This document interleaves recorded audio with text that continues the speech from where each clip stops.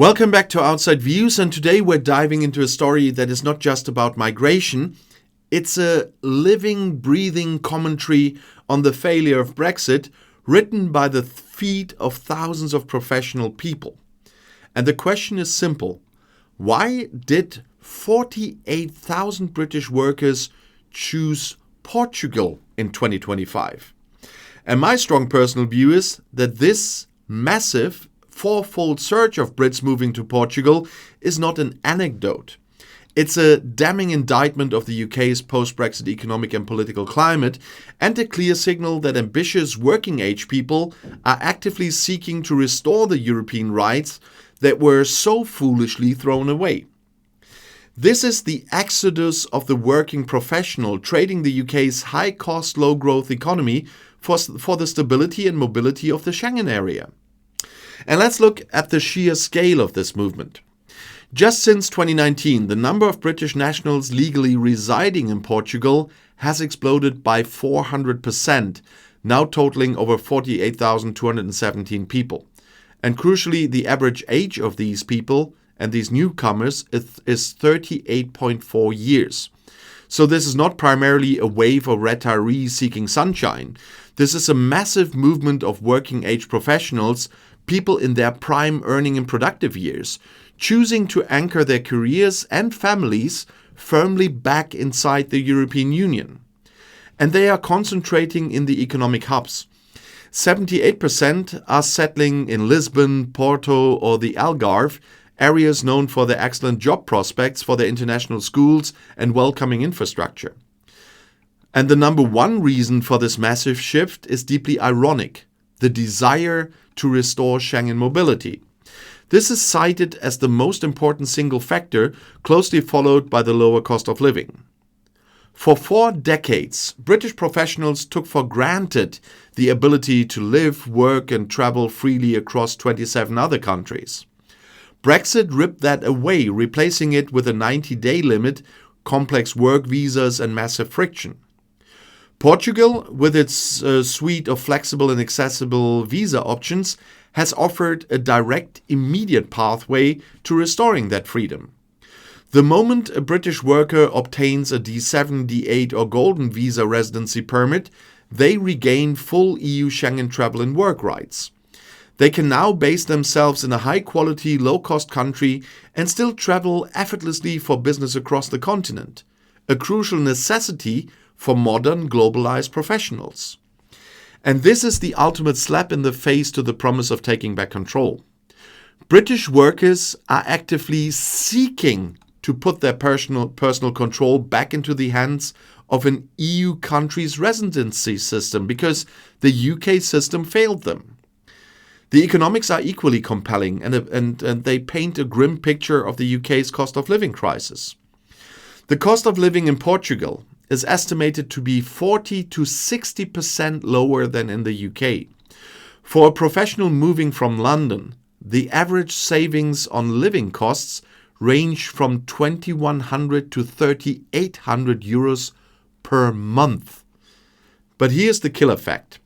64% of these British workers have remote work contracts with British or US employers. And this means they are earning UK-level, high-value salaries and spending them in a low-cost economy.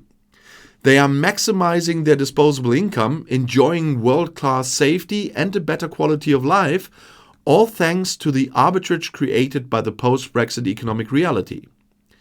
They are looking at the UK's high taxes, soaring housing costs, and depressed growth, and they are rationally choosing the Portuguese alternative.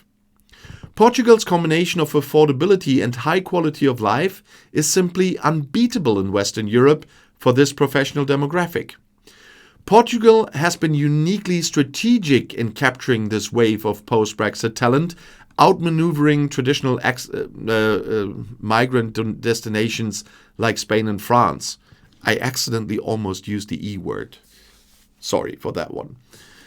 They didn't just wait for people to arrive, they tailored their immigration routes precisely to the needs of the suddenly dispossessed British professional class. The D8 digital nomad visa, is the flagship route used by 36% of the new arrivals. It's perfectly designed for remote workers requiring a salary of around 39,360 euros per year from foreign sources. It is fast, taking only about 38 days to process, and has a 94% success rate. It's built for the tech professional, the consultant, the designer, all those high-value remote workers who can instantly plug into a thriving English-speaking tech scene where English is the daily working language in 68% of Lisbon's tech startups. And the D7 passive income visa, used by 41%, is incredibly accessible, requiring just over 10,440 euros per year in passive income, making it ideal for financially independent individuals and those with early retirement income. And even the D3 highly qualified professional visa is designed for speed, with a 28-day average processing time for those with a local job offer. And this strategic timing, offering flexible and fast-track visas precisely when British citizens lost their automatic right to live in the EU, is a masterpiece of immigration policy. I have to give Portugal that one. Portugal is not just a lovely place to live, it's a strategically competitive entry point for UK talent seeking stability, and that is why it's beating every other EU country in this race. There is, however, a looming deadline that adds a further layer of urgency to this entire situation. The highly generous non-habitual resident tax benefits, which provided extremely favorable tax rates for new residents, are set to end their transitional period on December 31st. And this created an immense sense of urgency throughout 2025, pushing many on the fence to finalize their move to lock in those benefits before the window closes. And while the NHR is ending, Portugal remains highly attractive. Its standard tax rates are still competitive compared to the UK's high 40 to 45% top rate, and the core pull factors, the lower cost of living, the safety, and the Schengen mobility, remain firmly in place. And even without the NHR, the combination of lifestyle, tax stability, and visa variety ensures that Portugal will remain the most accessible EU gateway for British professionals for the foreseeable future. And this exodus of 48,000 skilled working-age Britons is a stark, tangible illustration of the high price the UK is paying for its political choices. The country is hemorrhaging its productive talent to a nation that understands the value of mobility and a welcoming immigration framework. The narrative of a flourishing global Britain is undermined when the most dynamic segment of your workforce is voting with its feet to re-embrace the structures of the European Union. And this is not a story of a few retirees enjoying the sun. This is a story of economic self-determination. Professionals choosing to leave a struggling economy for one that actively offers them a better deal on income, lifestyle, and freedom of movement. The UK government needs to look at the average age of 38.4 years and see a red flag waving over its own economic future, because these are the workers, the innovators, and the taxpayers the country can least afford to lose.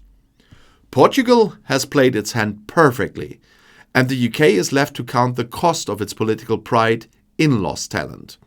And if you want to know more, the next video is right here in the end screen.